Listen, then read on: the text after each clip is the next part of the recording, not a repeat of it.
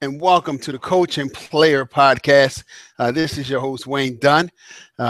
Thanks, everybody, for chiming in on our podcast. You can reach this podcast as well as our previous podcast on coachandplayer.com. As well, you can be a subscriber to our magazine as well as our website. Tonight's topic is the SEC, most powerful conference, in my opinion, in college football. And with us tonight to talk about the SEC is our SEC correspondent for Coach and Player Magazine, Zach Sims. So, Zach, thanks for joining us tonight. Yeah, my pleasure. Glad to be here. Thank you. So, looking at the standings, and let me open up my standings one more time. I mean, it's pretty much LSU, in my opinion, and the rest. I mean, Florida's doing well as well in the East. What are your thoughts right now in terms of when the smoke clears? Who do you see being the SEC champ? Right now, I mean, the SEC is just crazy, especially the SEC West, which I think is full half of the conference. I think the game of the year is going to be LSU versus Alabama. I just think it's all going to come down to that game. And right now, both teams just look so strong. I mean, they're very similar. Both teams strong running games, great defenses, and right now I am leaning towards Alabama winning it all. Oh, wow. I think Nick Saban's teams, he's the type of coach that once his team loses a game, they just play so well, and they just look great the last couple of weeks. And, I mean, LSU has definitely looked good, but I'm really leaning towards Alabama right now. And the crazy thing about both of those teams is that they play with no fear. I mean, they had the pedigree as well. But, I mean, you look at their records. They're 2-0. Both of them 2-0 on the road. So it's not like there's no intimidation with them because they both been there and you know, they both can win both on the road as well as at home. I mean, at home is almost a given. So in terms of, let's talk about the SEC East though. Now, I know it seems like, in my opinion, you tell me if you see it the same way, Georgia expects to win every year. I mean, everybody does, but for some reason, I mean, considering they haven't really won big like that since Herschel Walker left. That was over 30 years ago. Mm-hmm. But so it seems like that every time they lose one game, their alumni is trying to fire their coach. What's up with that?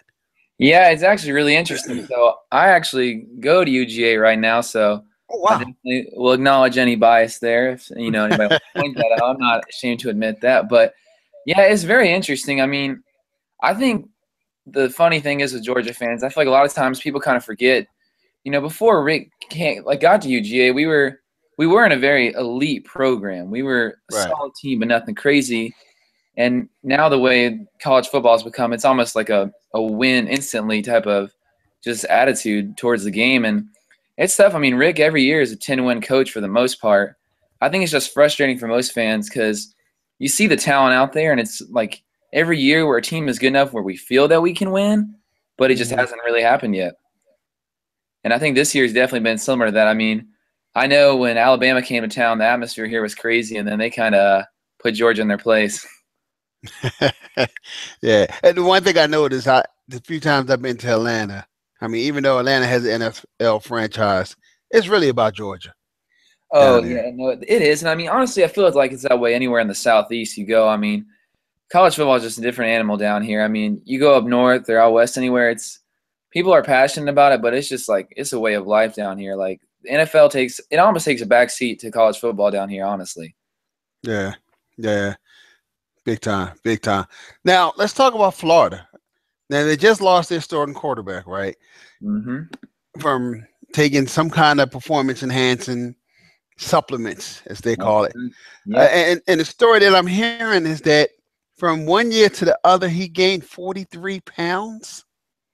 I haven't heard any reports like that. I mean, there is definitely something going on. It's just it's honestly unbelievable to me that, I mean, I don't know how true his side of the story is. That his side of the story is that he took a performance enhancer, or he took a supplement from GNC that he bought, and he didn't run it by his training staff, and there was something in that supplement that registered positive on the test. Now, do not. It's hard for me to believe because those guys have so many trainers and just people working with them that any supplement they need, they can get like that. Exactly. That's legal. And it's hard to believe that he, wouldn't run it by his trainer for them to get it for him rather than just go buy it on his own. So it's a fishy story. But I mean, yeah, very interesting. I mean, Will Grier, he was a true freshman looking really good. And then, I mean, out of the blue, just gone for the season. But, I think Treon Harris really did a good job coming in the LSU game. That's probably one of the hardest atmospheres to play a college football game in. Yeah.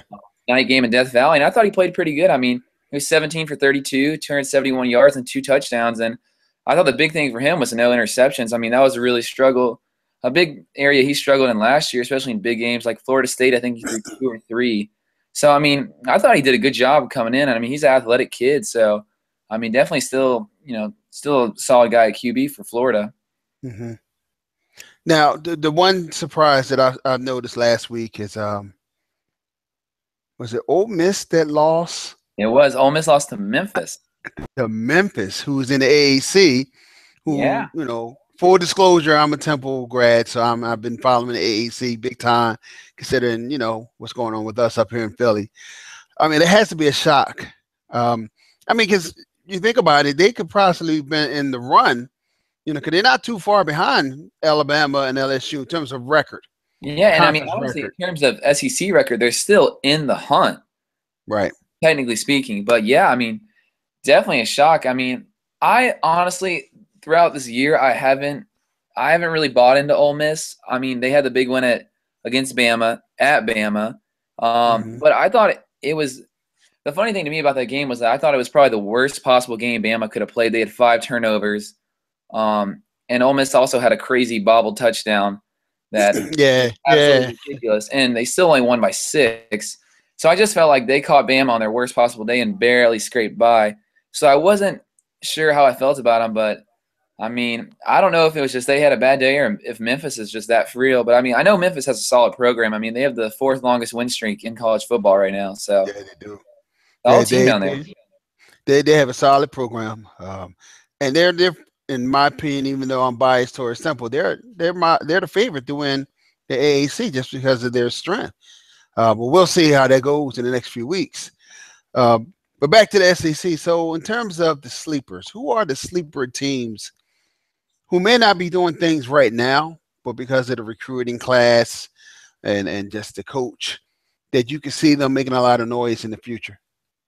Well, I mean, obviously right now LSU and Bama are top tier in the West, but I really like what Kevin Sumlin's doing at Texas A&M. I think Kevin Sumlin is a great coach. Definitely offensively speaking, he's amazing. His teams always have great offenses. And now that he's got the old LSU defensive coordinator, I mean, that team is very well just put together. I mean, great coaches all around. And I think they're always top tier recruiting program. And I think they'll definitely be constantly giving Bama and LSU a run for their money in the West. And I think Tennessee is the team in the East to kind of look out for in the future. I think this year you've seen glimpses of them like pushing that boundary, but they've given up. I think they lost twice. They blew 2 double-digit fourth-quarter leads this season. And, I mean, that just kind of shows their youth. They haven't been in those big games yet and been able to hold on to those leads. And I think down the road, that's a team that's going to be very good. Cool. So let's talk about the elephant in the room, and that's South Carolina.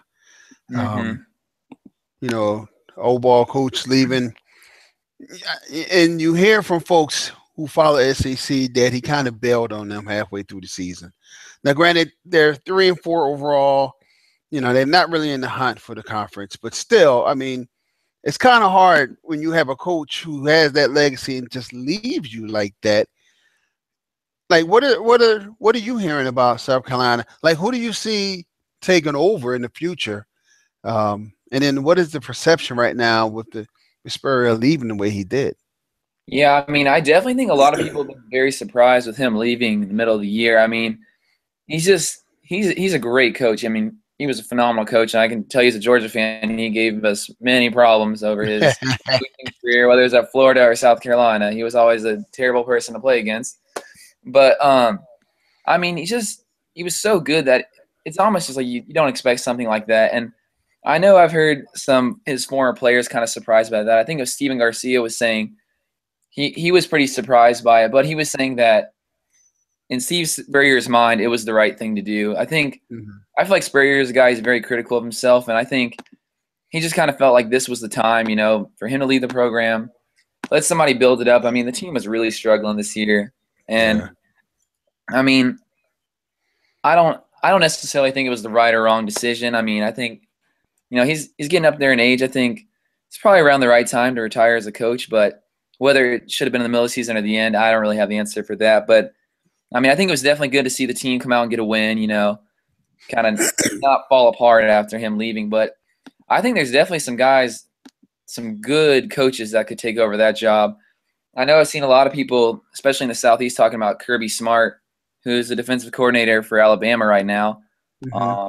He's a solid coach, and he's kind of made his rounds in the SEC a little bit. So there's a lot of talk about him. And then even on SB Nation, I read that the Memphis head coach, Justin Fuente, I believe that's how you say his name. Yeah. Him. And I mean, right now he looks like a great hire. I mean, he has really turned that program into something to, really take seriously. I mean, honestly, I think before 2013, really all I knew about Memphis was basketball. I mean, I never really thought about them football-wise. And now, I mean, they're a solid program. I think they're ranked 18th right now in the latest AP poll. They are. Very solid program. Yeah, and very solid. And if you get a guy like him, in a big-time SEC school like South Carolina, that could be, really cool. And then the other coach I saw was Ed Orgeron, who he's the defensive line coach at LSU, but he was at USC. He filled in last season. He was the interim coach. And I know the players at USC absolutely loved him when he filled in. So, I mean, all three of those guys are great coaches. So, I mean, I think it's a position that a lot of people would want to, it's something they want. And, I mean, it's a lot of upside to it. You're in the great area for recruiting, and you're in arguably the best conference in college football. So, a lot of upside to that. Absolutely.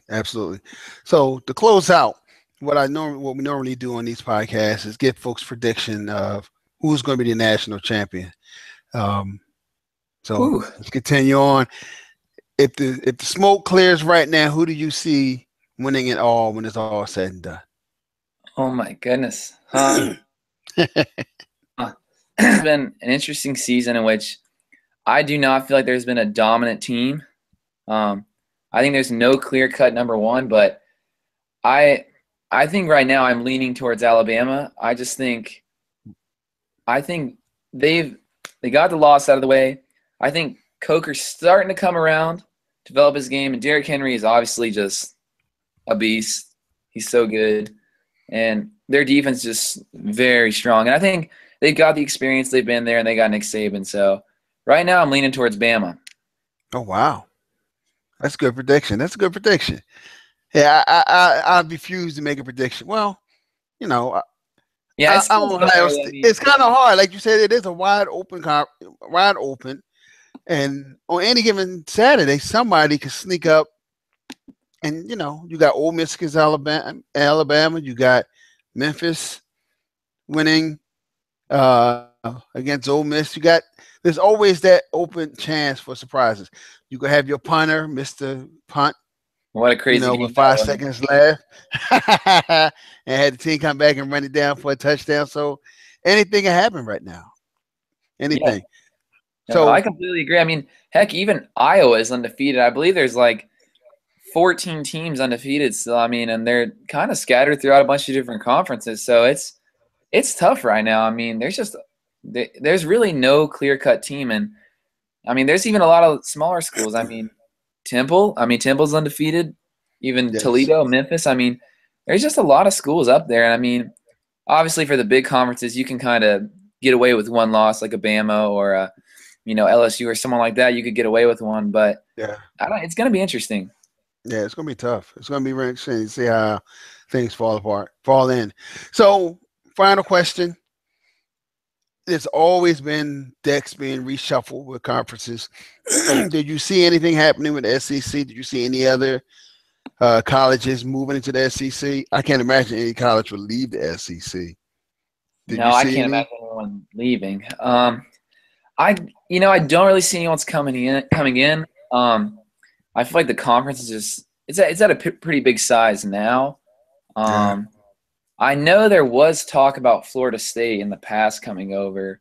Um, I don't, but I don't know if I could see that. I mean, it'd be interesting. I mean, it's probably an attractive deal for many schools, and I mean, the last two teams to move in have fared pretty well. I mean, Missouri's made it to the SEC championship twice, Yep. and A&M's. I mean, they look like a solid program. I mean, the Manziel years, and then now they're a good team as well. So, I Hmm. mean, I think a lot of teams probably, there always is or was that SEC like kind of stigma that the SEC was the best, but I mean, teams have showed Missouri and A&M showed they can come in and play. So I think a lot of teams might feel the same way. Cool. Cool. Well, Zach, I want to thank you for taking some time with us to talk about SEC. Totally appreciate it. And to close out the podcast, just want to let everybody know that you could catch this podcast as well as previous podcasts, and where we cover pretty much every conference on coachandplayer.com. We're also on iTunes as well as SoundCloud. Just look for Coach and Player magazine. So thanks everybody, and thanks again, Zach, and go Georgia, man. I hope so. No more injuries. No more injuries. I know that's right. Thanks a lot, man. Take care. Yeah. Take care.